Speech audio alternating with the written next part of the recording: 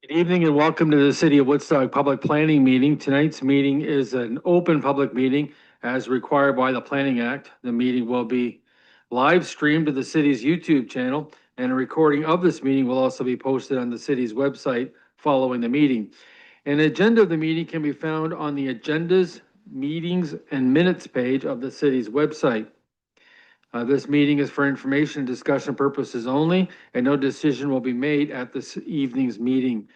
Council will make a decision on this matter at the regular council meeting to be held this Thursday. It's a 7 p.m. meeting. If you wish to address council at that meeting, you must submit a delegation form to the city clerk no later than 12 noon tomorrow, that being Tuesday. A delegation form is available on the city website. If an application is denied, only the applicant or the minister may file an appeal with the Ontario Land Tribunal within 20 days of issuance of the notice of a council's decision. Only specified persons, public bodies, registered owners of the land to which the plan may apply, the requester to amend the plan, and the minister may appeal the decision of the City of Woodstock to the Ontario Land Tribunal within 20 days of issuance of the notice of council's decision. Excluding the minister, any party wishing to make an appeal must make written or oral submissions to council at a public meeting. Please note that the third parties, anyone who is not a specified person or a public body, do not have the right to appeal a decision for an official plan amendment to the Ontario Land Tribunal. Please keep your comments to planning matters only and avoid repeating comments that have already been expressed. If you have not provided oral, or if you have not provided oral or written comments, but wish to receive formal notice of council's decision on the matter, please contact the clerk's department. The notice will provide further information on appealing a decision. The planner will be asked to present the planning report for each application. There's only one application tonight. The applicant will then be provided an opportunity to make comments as well, followed by those wishing to speak in favor of the application, and then followed by those wishing to speak in opposition of the application. Prior to proceeding with the first application, well, the only application, does anyone here wish to declare a pecuniary interest on any of the items that are on tonight's agenda? Seeing none, we go forward and we welcome Mr. Miller forward from the Oxford County Planning Office. Item ZN 8-25-15, application for zone change. The subdivision is Woodstock Meadows Developments, Inc.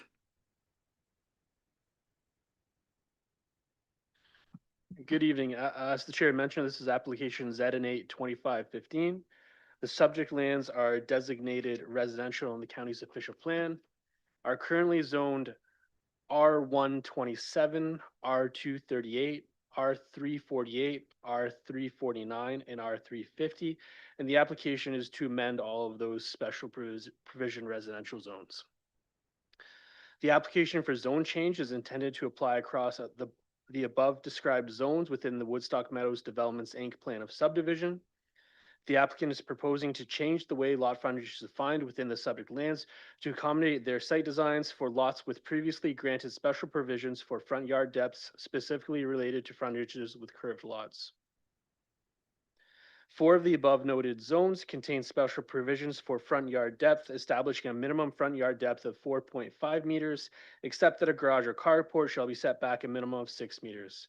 The R349 zone is the exception to those 5 zones and is intended to specifically permit back-to-back townhouses and permits a minimum front yard depth of 2.75 meters. Within the R1, 2, and 3 zones, the standard minimum front yard depth is 6 meters. The city's zoning bylaw currently calculates lot frontage with the following definition.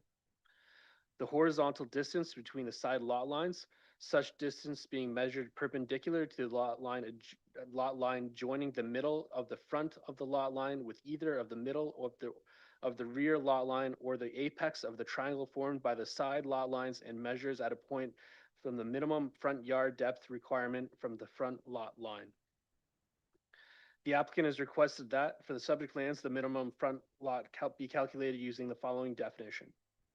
Notwithstanding any provision provisions or definitions of this bylaw to the contrary, minimum lot frontage shall be measured perpendicular to the lot line joining the middle of the front lot line, either the middle of the rear lot line or the apex of the triangle formed by the side lot lines at 6 meters from the front lot line. So in these cases, rather than measuring it from the minimum front yard setback, measuring it from 6 meters, no matter what the front yard setback is. On lots with curved frontages, calculating lot frontage from the minimum front yard depth of 4.5 meters rather than the standard 6 meters has the ability to yield narrower frontages than the applicant intended, some of which would be deficient in the required minimal lot frontage. No change to the number or type of approved dwelling units is proposed.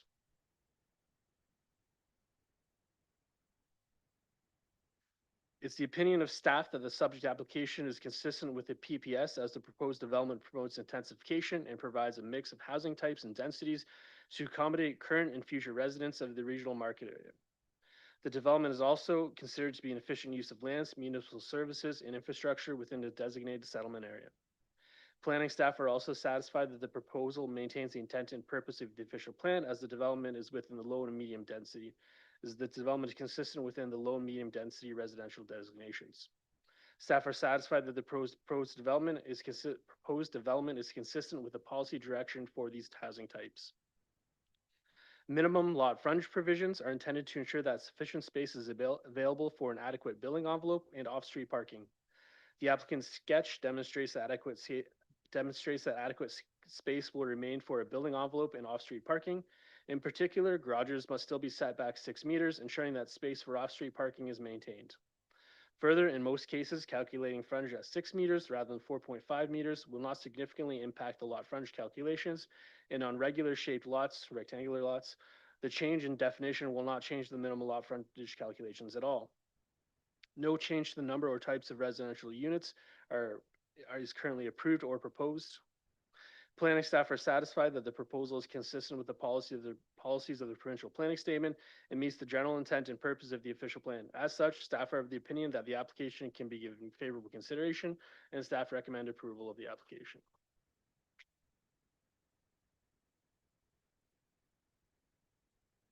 I guess I have a question for clarification, Mr. Miller. Just to put things more in concrete or understandable layman's terms, is the odd terminology. But on the bend where the actual property line is, versus where the front porch of the house is, because it's on a curve, by the time you get to the front porch, the lot's wide enough versus what you might have on the bend, which will be narrower and then like a pie-shaped lot getting much wider at the back. That's right. So it's only going to impact lots that are those pie-shaped lots. So if frontage is measured, and it's typically measured on most lots, it's measured at the front lot line. So for most lots, that is 6 meters. In this case, the house, except for the garage, can project a little bit closer. So to get wider, the further you go in. But the current definition uses the minimum front yard setback, which is technically 4 meters. The garage doesn't start till 6 meters. So when we look at that, it's too narrow in some cases when it's measured at 4.5 meters, but it meets the zone standard we measured at 6. And it's fine for single wide driveways then? Yes. Any questions for the planner from council?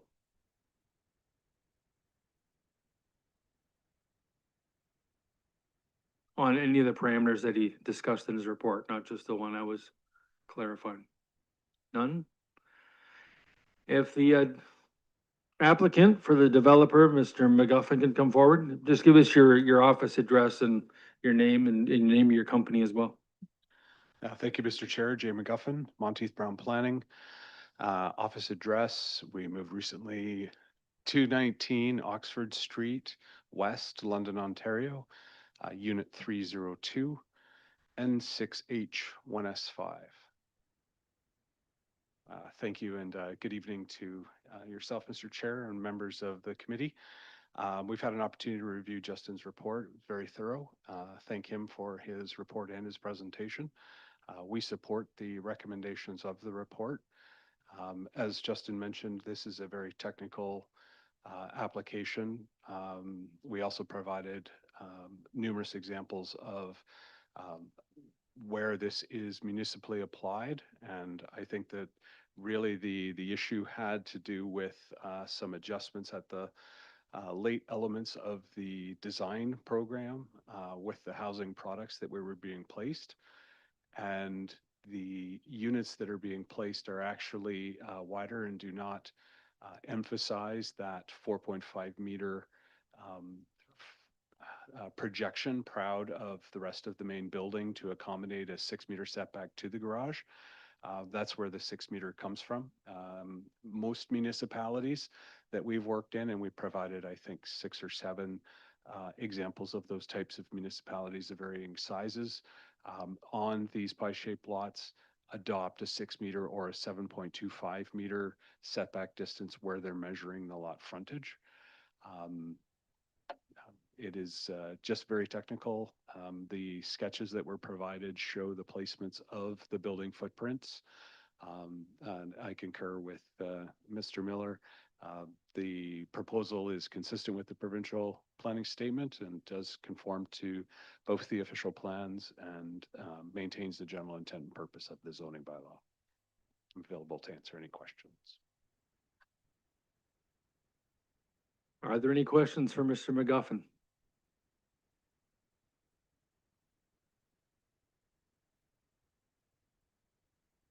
Seeing none, we thank you for coming to Woodstock tonight with your presentation on this.